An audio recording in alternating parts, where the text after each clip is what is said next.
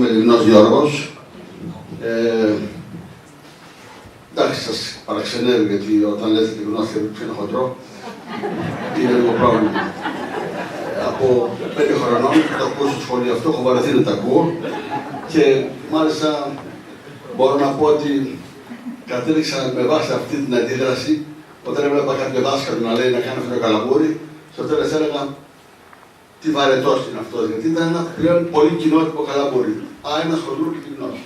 Εν πάση περιπτώσει. Λοιπόν, δεν είμαι από την Πάρο. Στην Πάρο ήρθα πριν 55 χρόνια. Ενώ ήρθα, πρωτοπάτησα το πόδι μου. Ήμουνα παιδί της Αθήνας και μες στην Αθήνα μεγάλησα, στην Αθήνα γεννήθηκα. Και είχα την τύχη να έχουμε σαν μία νταντά από την Πάρο, η οποία είχε έρθει και να κάνει σάφτη τον αδελφό μου που ήταν ανάποδος. Τα κατάφερε, πραγματικά. Και τελικά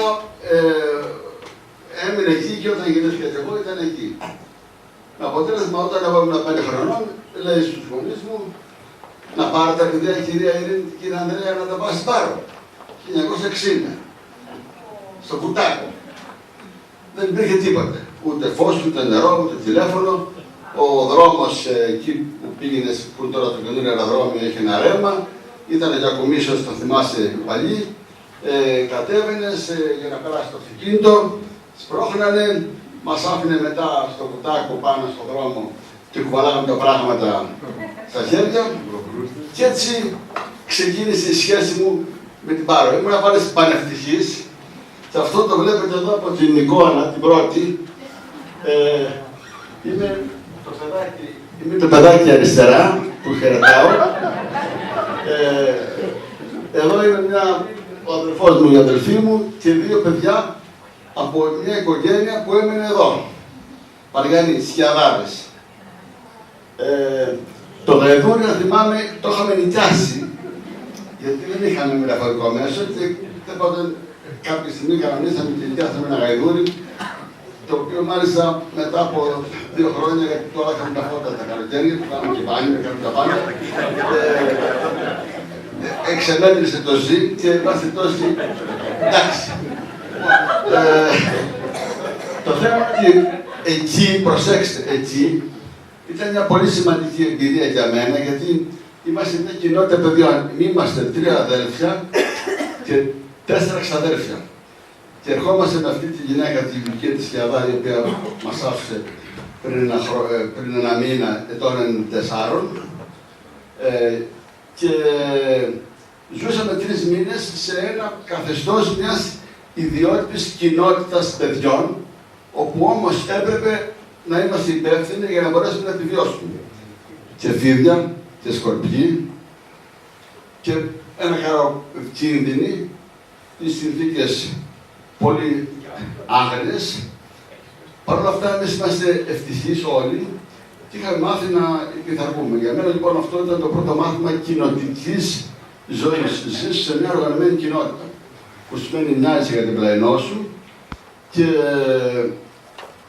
φροντίζεις να μην είσαι πρόβλημα στην ομάδα. Πάμε παρακάτω. Αυτό περίπου ήταν το τοπίο που βλέπαμε από το Κουτάκο. Βέβαια δεν ήταν τότε οι μπάλες. Τότε ακόμα το άχυρο το μαζεύανε σε θυμονιές και το αφήνουμε να ξεθυμάνει και όταν ξεθύμενε ανεβαίναμε πάνω, βάζαμε μουσαμάδες και κοιμόμαστε. Ήταν ο πιο ωραίος ύπνος που έχω κάνει στη ζωή μου. Ήταν πραγματικά μοναδική εμπειρία. Εδώ ήταν το πηγάδι, το οποίο το βλέπετε εδώ λίγο φτιαγμένο, το οποίο κατεβαίναμε να κάνουμε μπάνιο με κρύο νερό. Είχαμε γίνει άστηση να βάζουμε το νερό και το οποίο βέβαια όταν θέλαμε να το ζεστάνουμε, το αφήναμε να ζεσταθεί, πηγαίναμε σε μπάνιο, στη θάλασσα και γυρίζαμε και το χρησιμοποιούσαμε λίγο πιο ζεστό για να πληθούμε. Όχι σαπούνια, τάι είχαμε τότε. Μας το έλεγε. Λοιπόν, πάμε λίγο στο 2012. Εγώ το 2010 και λίγο πιο πριν είχα αγοράσει από τη Λυκία 40 στρέμματα. Και ήταν μια επιλογή για μένα πολύ σημαντική, γιατί λέω θέλω να ξαναγυρίσω από εκεί που έφυγα. Δεν ήταν ο τόπος μου, αλλά για μένα ήταν πολύ σημαντικές αυτές οι μήνυμες. Όπως το είπε και ο Μιχάλης, υπάρχει ένα κομμάτι βιωματικό στη ζωή μας. Ένα κομμάτι, πολύ σημαντικό κομμάτι, που λες εδώ ανήκω ή θέλω να ανήκω. Το 2010 λοιπόν, μετά από ένα πολύ μεγάλο τροχαίο, λέω εντάξει, θα το αγοράσω. Θα αγοράσω αυτά τα ρονταστρέμματα, χωρίς να ξέρω και τι ακριβώς θέλω να κάνω.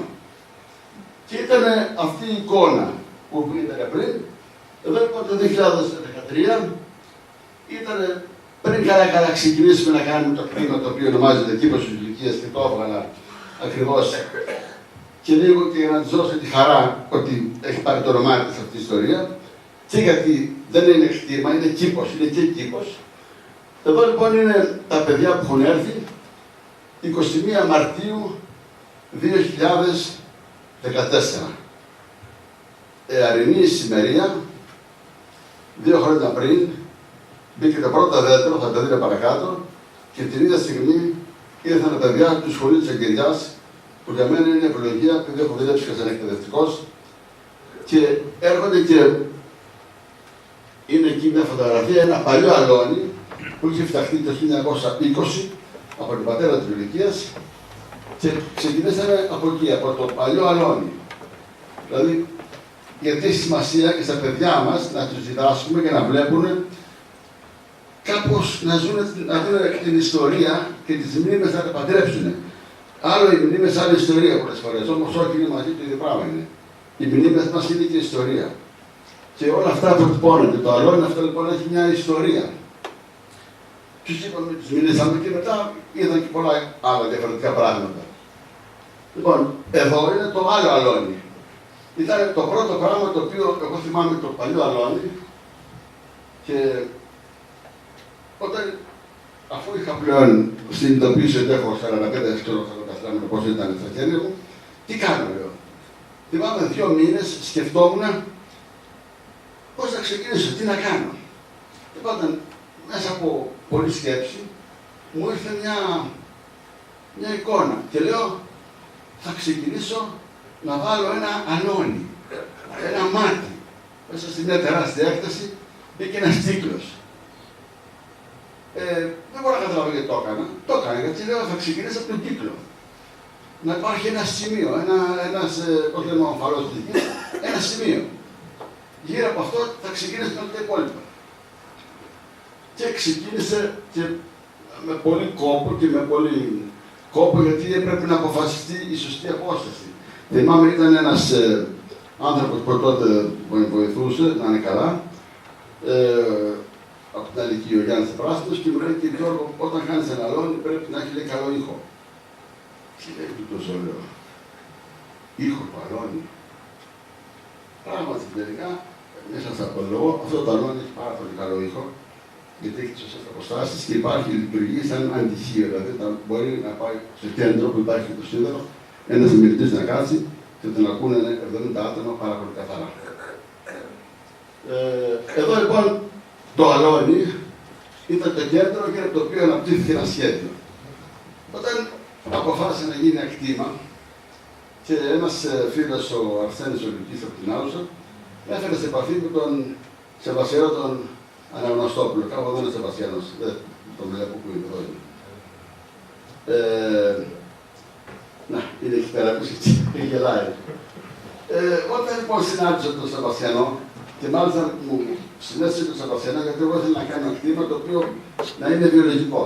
Μου λέει το Σεβασιανό.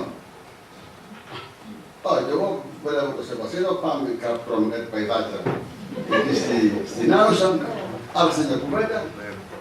Λέω εντάξει, αυτό που μου άρεσε είναι ότι υπήρχε κάποια τρέλα, γιατί ξέρετε κάτι τρέλα είναι γόνιμο πράγμα, αρκεί να υπάρχει μέτρο.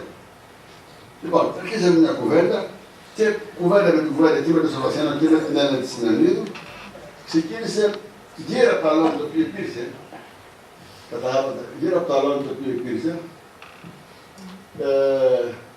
εδώ, αναπτύχθηκε όλο το σχέδιο. Και άρχισε πλέον να υπάρχει ένα σχεδιάσμα και στο χαρτί και με τη φαντασία μας ένα κτήμα το οποίο οι γραμμές δεν θα είναι ευθεία, δεν θα είναι στρατιωτάκια. Από την άλλη πλευρά όμως θα είναι έτσι φτεμένα που να μπορεί να γίνει καλλιέργεια, να μην υπάρχει δηλαδή πρόβλημα. Και εκεί πλέον άρχισε να αναδύεται η ιδέα, η αισθητική αντίληψη που είναι ο κήπος. Ο κήπος είναι κάτι το οποίο έχει ένα στοιχείο αισθητικής. Το κτήμα είναι κάτι αμιγώς και καθαρά παραγωγικό. Όταν πας στον κήπο αρχίζει και υπάρχει μια ελευθερία. Υπάρχουν και αισθητικές επιλογές. Θα βάλεις ένα δέντρο ψηλό, θα βάλεις ένα θάμνο, θα φέρεις μπροστά ένα επίπεδο, θα πάρεις ένα επίπεδο πίσω. Λοιπόν, εκεί λοιπόν άρχισε να γίνεται, να υλοποιείται η ιδέα του κήπου. Δεν είχα ακόμα αποφασίσει να πούμε ο κήπος ηλικίας, αλλά ξεκίνησε με αυτές τις πρώτες συζητήσεις. Αυτό το σχέδιο που εδώ πέρα βλέπετε ήταν από το πρώτο σχέδιο που έκανε ο Σεβαστιανός και η Έλενα, και το οποίο μετά στην πορεία πάρα πολλά από αυτά τα πράγματα που φυτευτήκαν αλλάξανε και προέκυψαν άλλου είδους επιλογές, γιατί περπατάς στον χώρο, βλέπεις τη θέα, βλέπεις τις κλίσεις, βλέπεις πού πρέπει να τελειώσει το ένα φύτεμα, πού πρέπει να αρχίσει το άλλο. Δεν είναι άντε φυτεύουνε. Λοιπόν, εδώ είναι το αλόνι φυτεμένο γύρω-γύρω και το σημαντικό είναι ότι στο προηγούμενο για να σας δείξω ότι η ιδέα ήταν ότι θα φυτεύονται κυκλικά γύρω από το αλόνι. Δηλαδή ξεκίνησε ένα ανάπτυγμα κυκλικής φύτευσης γύρω από το αλόνι. Εγώ πιστεύω πάρα πολύ ότι πρέπει το τοπίο που διαμορφώνουμε και οι άνθρωποι που παρεμβαίνουν στο τοπίο καθημερινά πρέπει να έχει κάτι να σου λέει. Δεν είναι δυνατόν να μπαίνεις πάνω και να αρχίσεις να κάνεις ό,τι θέλεις. Λοιπόν, εδώ ήταν 2013, εκεί υπάρχει ένα κλεισάκι λιώμενο το οποίο είχε πει, δεν ξέρω για τους λόγους που είχε βάλει μακαρίτσα ηλικία, το οποίο μετεφέρθη και ξεκινάμε πλέον πώς αρχίζει η στιγμή της επιλογής. Όταν άρχισε να λέω να κάνει το κτήμα, υπήρχαν διάφοροι φίλοι, αξιόλογη παραγωγή. Ένας ήταν σε μαραθώνα, πολύ μεγάλος παραγωγός, μου λέει: μην μπλέξεις, μου κάνεις βιολογική γεωργία, θα μπλέξεις. Εγώ με σε είχα ασχοληθεί πολλά χρόνια με την βιολογική, όχι γεωργία, με την, ας το πούμε, ένα κτήμα, δύο στρέμματα έτσι κάπου, και μέναμε με την οικογένειά μου. Είχα όλη αυτή την. Είναι και λίγο μια επιλογή. Η βιολογική γεωργία είναι και μια επιλογή. Επιλέγεις. Δηλαδή, δεν ήθελα να κάνω ένα κτήμα συμβατικό. Δεν ήθελα να μπλέξω με τα φάρμακα. Δεν ήθελα να ξεκινήσω με μια αντίληψη άλλη. Φυσικά αυτές τις αντιλήψεις πρέπει να τις βασανίζεις για να μην γίνουν ιδεολειψίες, να μην γίνουν δεγματικά συστήματα και εν πάση περιπτώσει για να έχει ένα αποτέλεσμα, γιατί αυτό που μετράει είναι και η παραγωγικότητα. Εδώ λοιπόν, ένα από τα πρώτα πράγματα που ετέθη είναι πού θα βρούμε ύλη για να κάνει κανείς κομπόστ. Ευτυχώς τότε λοιπόν ο Δήμος είχε από τα κλαρέματα, είχε πάρα πολύ ύλη, την οποία είχε μαζευτεί, τα θερματίζανε, δεν τα θερματίζανε πολύ καλά και τους μένανε. Και από ό,τι κατάλαβα δεν είχαν κάνει. Δεν πάντα να στείλαμε φορτηγά και φέραμε και αρχίσαμε και το βάλαμε κάτω και αρχίσαμε να φτιάχνουμε κομπόστ. Βάλαμε ζεόλιθο, ο ζεόλιθος είναι ένα πέτρωμα το οποίο αν μπει στη σωστή υποκομματρία, σωστή ανάλυση, λειτουργεί, κάνει detox, κάνει ενέργειες αυτοκοτοξίνωσης, γιατί το χωράφι αυτό για πολλά χρόνια έτρωγε φάρμακα από τους προηγούμενους χρήστες. Άλλες φορές πολλά, άλλες φορές λίγα. Και τα οποία τα ανιχνεύσαν όταν γίνανε αναλύσεις λάθος και αυτά τα είδαμε και σε μέρα μέσα. Οπότε πρέπει σιγά σιγά να ξεκινάς τη γη να την ξαναζωντανέψεις. Λοιπόν, εδώ είναι ο ζεόλιθος, ο οποίος είναι από τη Βόρεια Ελλάδα, Χριστόνη, η οποία παίζεται αυτή. Εδώ λοιπόν είναι 21 Μαρτίου 2014, ο Σεβαστιανός και η Έλενα αρχίζουν και βάζουν τα δέντρα σε καμπύλες. Οι ροδιές είναι αυτές, αν δεν κάνω λάθος. Λοιπόν, έτσι ξεκίνησε Μετά πέρασαν άλλα ζητήματα. Ένα ζήτημα είναι η υπογειοποίηση των δικτύων. Όταν έρθει το ρεύμα, ένα από τα πρώτα πράγματα που κάναμε, υπογειοποίησαμε τα καλώδια για να μην μπουν πουθενά κολόνες. Δηλαδή το κομμάτι της αισθητικής, όταν μάλιστα έχεις μυαλό σου κάτι να το κάνεις κάτι με αγροτουρισμό ή να το κάνεις επισκέψεις, άρα πρέπει να έχει μια αισθητική, πρέπει να σεβαστείς και την αισθητική. Δεν μπορεί άλλος να έρθει και να βλέπεις κολόνες. Πρέπει λίγο να κάνεις να βρεις λύσεις οι οποίες να έχουν ένα αισθητικό αποτέλεσμα. Αυτό θέλει λίγο σκέψη, δεν είναι τόσο κόπος. Ας πούμε να καταλάβετε ότι η υπογειοποίηση του ρεύματος δεν στήχησε παραπάνω από το να γινόταν με τη συμβατική μέθοδο, έρχεται ο εργολάβος και έβαζε κολόνες. Όμως ήθελε σκέψη. Ήθελε σχεδιασμό. Άλλο είναι σχεδιασμό. Λοιπόν, είναι όλα πολύ ένα ζήτημα μέσα. Εδώ είναι το πληγάδι πώς έχει διαμορφωθεί. Έχει αρχίσει και ψάχνει ο τοίχος, ο παλιός. Έχει μπει ένας πίνακας. Ούτως ώστε παντού υπάρχουν δίκτυα. Τώρα εδώ βλέπετε, έχει γίνει εκκλησία, έχει γίνει στέρνα. Και εδώ πλάι έχουν μαζευτεί όλα τα κάτω εδώ αριστερά. Έχουν μαζευτεί όλα οι αγγλίες και έχουν μπει μέσα γύρω από άχυρο, έχει ψαχτεί ένα κτίσμα με άχυρο, γιατί το άχυρο είναι κυρίαρχο στοιχείο στο βουτάκο. Ο βουτάκος όλος είναι γεμάτος με χωράφια με άχυρο. Το άχυρο είναι ένα πολύ δυνατό στοιχείο, γιατί έχει μέσα τη ζέστη και τον αέρα. Το άχυρο στον αέρα ανεμίζει, το παίρνει ο αέρας. Είναι ένα πολύ ενδιαφέρον υλικό το άχυρο. Εκτός του ότι μπορείς να κάνεις θαυμάσια λίπανση και να το βάλεις να κάνεις εδαφοκάλυψη. Το δούμε παρακάτω αυτό. Εδώ λοιπόν βλέπετε μια πρώτη διεύθυνση, έχει φτιαχτεί η πόρτα, έχει φτιαχτεί ο τοίχος, ο παλιός ο τοίχος, σιγά σιγά έπρεπε να φύγει ο παλιός ο τοίχος, να φτιαχτεί καινούργιες. Εδώ λοιπόν βλέπετε πλέον τώρα σε προχωρημένη μορφή το αντιλιοστάσιο, είναι από κάτω χειρόπολες, από πάνω έχει μπει. Έχει φυτευτεί, είναι πράσινη στέγη και η στέρνα βέβαια η οποία είχαμε βάλει και ψαράκια, γιατί πιστεύουμε ότι, και το λέω πιστεύουμε γιατί δεν είμαι μόνο του σε αυτή την ιστορία, είμαστε πολλοί άνθρωποι που θα σας αναφέρω, ότι το κομμάτι της αισθητικής είναι πολύ σημαντικό. Εδώ λοιπόν βλέπετε τώρα που έχουν αρχίσει και εκτός από τα δέντρα τα μικρά, κάποια στιγμή φέραμε κάποιες ελιές από την Άουσα. Ο λόγος είναι ο εξής, ότι αν βάλεις δέντρα 2 ετών, μετά θα είναι σαν να βλέπεις το κεφάλι ενός πεζοναύτη, που ρεμπαίνει έτσι όλα. Όταν φέρεις ένα δέντρο πιο μεγάλο, αλλάζει. Δηλαδή, ο σκοπός είναι, έχεις μεν ελιές, αλλά να έχεις και διαφορετικές ηλικίες. Οπότε να υπάρχει μια ποικιλότητα στα ύψη και ποικιλότητα στους ώμους, για να είναι κάτι πιο ωραίο. Να μην είναι ένα πράγμα flat, έτσι, κομμένο.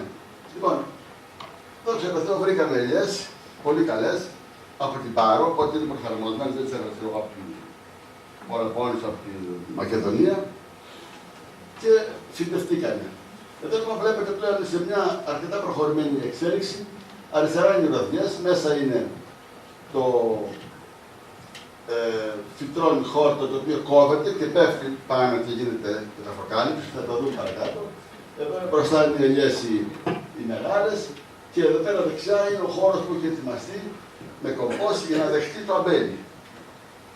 Εδώ είναι τα αρωματικά που μπήκανε, 1200 αρωματικά, βλέπετε το αλόνι από κάτω, τα οποία είναι κυκλικά φυτεμένα ελιές, σιτές, ροδιές, υπάρχουν αυτή τη στιγμή στο κτήμα 450 ελιές, 450 ροδιές, 100 σιτές, μερικές αχλαδιές, 1200 αρωματικά, κάπαρες, φραγκόσικα και όλα αυτά μέσα σε 2 χρόνια. Η βιολογική γεωργία, άμα το κάνεις σωστά, μπορείς πραγματικά να έχεις καλά αποτελέσματα. Υπερηπεραιπώς βέβαια ότι θα προσέξεις τα νερά, θα προσέξεις το πόρισμα, δηλαδή δεν είναι άντε. Θέλει λίγο, ας πούμε, κάθε μέρα ο Θανάσιος Κιαδάς που είναι ένας εξαιρετικός συνεργάτης, ήταν υδραυλικός και πάσε, νομίζω χάρη στη συνεργασία στο κτήμα να γίνει βιολογικός γεωργός αυτός, από υδραυλικός. Μετράει κάθε μέρα τα νερά. Τη στάθμη του νερού του πηγαδίου, έχουμε 2 πηγάδια. Ένα παλιό του 1918 και ένα καινούριο που πήραμε με τα πολλά αυτά με άδεια. και το ανοίξαμε το 2013. Τα πάντα μετριώνται. Γίνονται αναλύσεις 2 φορές ή 3 φορές το χρόνο. Να δούμε την ανατότητα. Η ανατότητα είναι σημαντικό πράγμα. Δεν είναι ευτυχώς από θάλασσα, είναι από τα πετρώματα. Όλα αυτά θέλει λίγο να είμαστε λίγο εθνικοί. Λοιπόν, εδώ βλέπετε οι καμπύλες που είναι οι ροδιές, έχει κοπεί το χόρτο και έχουν φυτευτεί τα αμπέλια, τα οποία ο κύκλος έχει γίνει αμπλή αγωνία. Έχει γίνει φυσικά αμπλή αγωνία γιατί το αμπέλι δεν μπορεί να βάλει στα στήρματα σε κύκλο, πρέπει να βάλει σε ευθεία. Οπότε σπάσει τη γωνία, ανοίγει την αγωνία και υπάρχει ένα ανάπτυγμα. Κάτσε λοιπόν και βλέπει ένα ανάπτυγμα του πεδίου. Εδώ έχουμε βάλει κουτιά σε ένα άλλο κομμάτι του κτήματος κάτω-κάτω, γιατί εκεί για κάποιο λόγο το είχαμε αφήσει, δεν είχαμε ασχοληθεί μαζί του και έπρεπε με κάποιο τρόπο να το εμπλουτίσουμε. Βάλαμε λοιπόν κουτιά, το οποίο μετά αυτό αλέστηκε και πηγαίνουμε άζετο. Δηλαδή υπάρχουν τρόποι που εργολασί για 6 μήνες, ένα χρόνο, είχαμε αυτή την ωραία πρασινάδα. Είναι πάρα πολύ μεγάλη σημασία αυτά που κάνεις να εξυπηρετούν πολλούς σκοπούς. Εδώ πάμε λοιπόν στα προγράμματα. Εγώ επειδή έχω δουλέψει και σαν εκπαιδευτικός 15 χρόνια, ένα από τα πρώτα πράγματα που με ενδιέφερε είναι αυτό που γίνεται να διασυνδεθεί με την τοπική κοινωνία. Εδώ είναι τα παιδιά του σχολείου της Αγγελιάς που είχαν έρθει στις 21 Μαρτίου του 2014. Η Λουκία, θα σχολέσουμε, είχε τελειώσει αυτό το σχολείο το 1930. Ήρθανε και φέραν μαζί και τους βαθμούς που είχε το βιβλίο βαθμών. Το βρήκαν και τους ανοίξανε και τους μίλησε. Είναι σημαντικό λοιπόν να νιώθουν και τα παιδιά, αλλά και εμείς και οι πιο μεγάλοι, ότι υπάρχει μια συνέχεια. Τίποτα δεν χάνεται. Τίποτα δεν χάνεται. Εδώ τους έχουμε ετοιμάσει 3 ζεύγοι με γλάστρες. Στο ένα είναι σκέτο χώμα, στο άλλο είναι χώμα με κομπόστ και στο τρίτο είναι μόνο κομπόστ. Αυτό είναι ένα απλό πείραμα το οποίο τώρα έχει βελτιωθεί για να καταλαβαίνετε, παιδιά, ότι το σκέτο χώμα, ειδικά αν είναι και ζεστός ο καιρός, μέσα σε μισή ώρα έχει γίνει ταράτσα. Το σκέτο κομπόστ δεν είναι κομπόστ, αλλά το νερό φεύγει όλο, οπότε το μείγμα αποδίδει καλύτερα και έχει καλύτερη συγκράτηση της υγρασίας και μπορεί με απλούς τρόπους τα παιδιά να καταλάβουν τι σημαίνει κομπόστ, τι σημαίνει ένα σκέτο χώμα, τι σημαίνει, ποιος είναι το πρόβλημα στην Πάρο. Το πρόβλημα στην Πάρο είναι ο αέρας και η ζέστη. Η διαχείριση των υδάτινων πόρων είναι κάτι που πρέπει να το καταλάβουμε πάρα πολύ καλά. Θα έρθει πολύ σύντομα, θα έρθει κάποια στιγμή, θα ξαναζήσει με μεγάλες ξηρασίες. Πρέπει λοιπόν να υπάρχει μια συνετή διαχείριση των υδάτινων πόρων. Πιστεύω λοιπόν ότι πρέπει τα παιδιά να τα εκπαιδεύσουμε, να αρχίσουν να έχουν επίλυση αυτό το πράγμα. Εδώ είναι το άλλο. Εδώ λοιπόν, κοιτάξτε, εδώ είναι λοιπόν η εδαφοκάλυψη. Ένα από τα πρώτα πράγματα που εξυπηρέτησαν με τον Σεβαστιανό και την Έλενα είναι ότι τα χόρτα κόβανε και μένει εκεί πέρα πάνω. Στην αρχή όπως ξεκινήσαμε με άχυρο, αγοράσαμε πολύ άχυρο, το απλώσαμε και από πάνω αυτά που κόπηκαν τα χόρτα, δηλαδή που φυτρώσανε, μέσα και αρχίσαν να πήγαινε ένας εμπλουτισμός. Με αυτόν τον τρόπο λοιπόν, όταν επειδή έχει πολύ πρωινή υγρασία η Πάρος, εγκλωβίζει την υγρασία και σε περίοδους σε μέρας που έχει πάρα πολύ ζέστη, το φυτό συμπεριφέρεται καλύτερα. Άρα δημιουργεί συνθήκες επιβίωσης στο μικροκλίμα. Ένα από τα βασικά στοιχεία μιας τέτοιας ιστορίας είναι να υπάρχει διαχείριση της γνώσης. Η γνώση διαχέεται. Και ένα από τα πολύ σημαντικά πράγματα είναι ταυτόχρονα όλοι να μοιράζεται και την πληροφορία και σε κάποιο βαθμό και τη γνώση. Εντάξει, εγώ δεν έχω μάθει να κλαδεύω. Εντάξει, όμως ο Θανάσης έχει κάτσει μαζί με τον Αρσένη και έχει μάθει και μαθαίνει. Θέλω να πω, είναι πάρα πολύ σημαντικό οι άνθρωποι που έρχονται και συμμετέχουν σε ένα τέτοιο project και οι ίδιοι να κερδίσουν κάτι από αυτή την ιστορία. Είναι πολύ σημαντικό για να προχωρήσει όλο μαζί το εγχείρημα. Λοιπόν, εδώ βλέπετε πάλι το αντιλιοστάσιο πώς έχει γίνει πλέον μετά την τελική του διαμόρφωση. Εδώ βλέπετε τα παιδιά σε μια από τις τελευταίες επισκέψεις που είχε έρθει στο σχολείο. Πραγματικά εκεί πλέον είχαμε φτιάξει ένα πρόγραμμα εκπαιδευτικό, τους έχουμε δώσει φύλλο δραστηριοτήτων. Είχαν εδώ τα άχυρα σαν πάγκους κυκλοφορούσαν στο κλίμα και έπρεπε πραγματικά να πάνε να παρατηρήσουν συγκεκριμένα πράγματα και να διαπιστώσουν με ένα φύλλο δραστηριοτήτων. Αυτό είναι μια μορφή εκπαιδευτική δραστηριότητα. Εδώ εξερευνούν μια παλιότερη ομάδα τα 2, γιατί έχουμε έρθει 3 φορές στη σχολεία, ένα παλιό στάβλο. Πολύ παλιό στάβλο. Το οποίο έχει ενδιαφέρον για τα παιδιά, γιατί και αρχιτεκτονικά έχει ενδιαφέρον, γιατί έχει μέσα παχνιά φταγμένα με πυλό και έχει και το κτίσμα. Δηλαδή, μπορεί αυτά τα πράγματα, αυτή είναι μια μορφή αγροτουρισμού που λέω εγώ, είναι ότι ο αγροτουρισμός είναι βασικά να μπορέσει να δώσει σε κάποιον ανίδεο εντός αγροτικών, να του δώσει έναν τρόπο ζωντανό, να αντιληφθεί, να έχει μια άλλη επαφή με τον χώρο.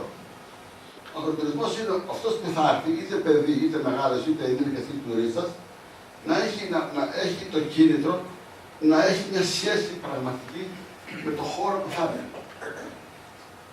Και εδώ τώρα τελειώνει και θα ήθελα να πω 2 πράγματα σε σχέση με αυτό που λέγαμε το θέμα του αγροτουρισμού. Εδώ πέρα η ομιλία του Μιχάλη προηγουμένως έφερε ένα στοιχείο. Η τελείωση είναι ότι στέλνει στην Αμερική, στέλνει στην Κίνα, στην Ιαπωνία, στέλνει κάτι που δημιουργεί αυτός. Εδώ έχουμε στην Ελλάδα και στην Πάρο έχουμε το πρόβλημα πώς θα φέρουμε. Έρχονται λοιπόν τουρίστες και κάθεται κατά μέσο όρο 4 μέρες. Υπάρχουν και πολλά μέρη που κάθεται 15 μέρες. Αλλά ένα από τα μεγάλα ζητήματα είναι τι θα κάνει αυτός ο έρμος άμα κάθει παραπάνω από 5 μέρες. Πρέπει κάτι να κάνει. Και έχουμε υποτιμήσει πάρα πολύ την έννοια του εκπαιδευτικού τουρισμού, και όταν είναι εκπαιδευτικό τουρισμό δεν εννοούμε μόνο φοιτητές. Εννοούμε τον τουρισμό, αυτόν ο οποίος έρχεται για να κάνει με το μπάνιο, αλλά θέλει και κάτι, δεν να γνωρίσει, να αντιληφθεί,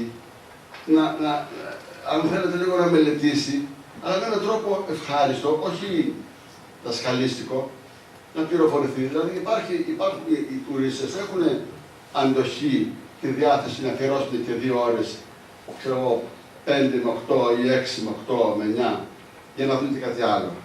Δεν είναι όλοι να πάνε να πούν στην πισίνα και να πάνε να πούν μοχίτο. Θέλουν και κάτι άλλο. Και αυτό είναι πολύ σημαντικό. Εδώ πέρα, ας πούμε, ένα από τα πράγματα τώρα που εγώ έχω στο μυαλό μου είναι ότι πρέπει να γίνουν και εκδηλώσεις και καλλιτεχνητές μέσα στο αλόνι, με μουσική. Δόξα τω Θεώ, υπάρχουν κάποιοι φίλοι μουσικοί από την Αθήνα. Μιλάμε για όχι πώς χωρίζει ένα παντελίδι ή κάποιο είδους μικρά κονσέρτα, είτε καλή δημοτική μουσική. Θέλω να πω, πρέπει αυτό που προσφέρεται στον επισκέπτη να είναι ολιστικό, να εμπεριέχει τα πάντα. Γι' αυτό ο κύκλος ήταν μετά τον αγροτουρισμό τι. Εγώ θα το έλεγα πέρα τον αγροτουρισμό τι. Αυτά είχα να πω, δεν έχω τίποτα.